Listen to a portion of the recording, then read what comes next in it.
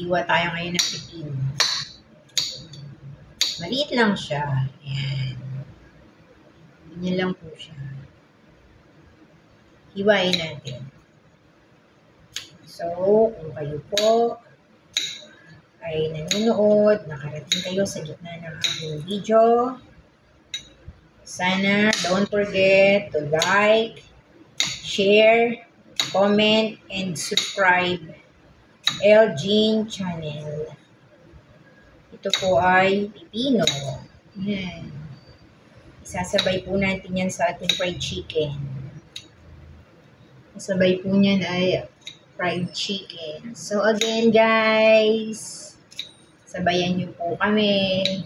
Kain tayo ng pipino. Again, don't forget to like, share, comment, and subscribe Elgin Channel.